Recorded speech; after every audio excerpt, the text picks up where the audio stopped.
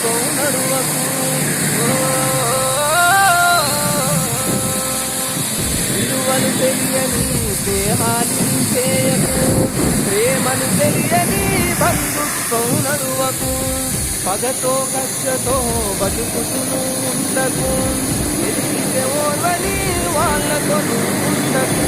గడిచిన గతమంత నీకు గుణపాఠములు, తెలియక చేసిన తప్పులు సరిదిద్దుకోరు. ఎవరు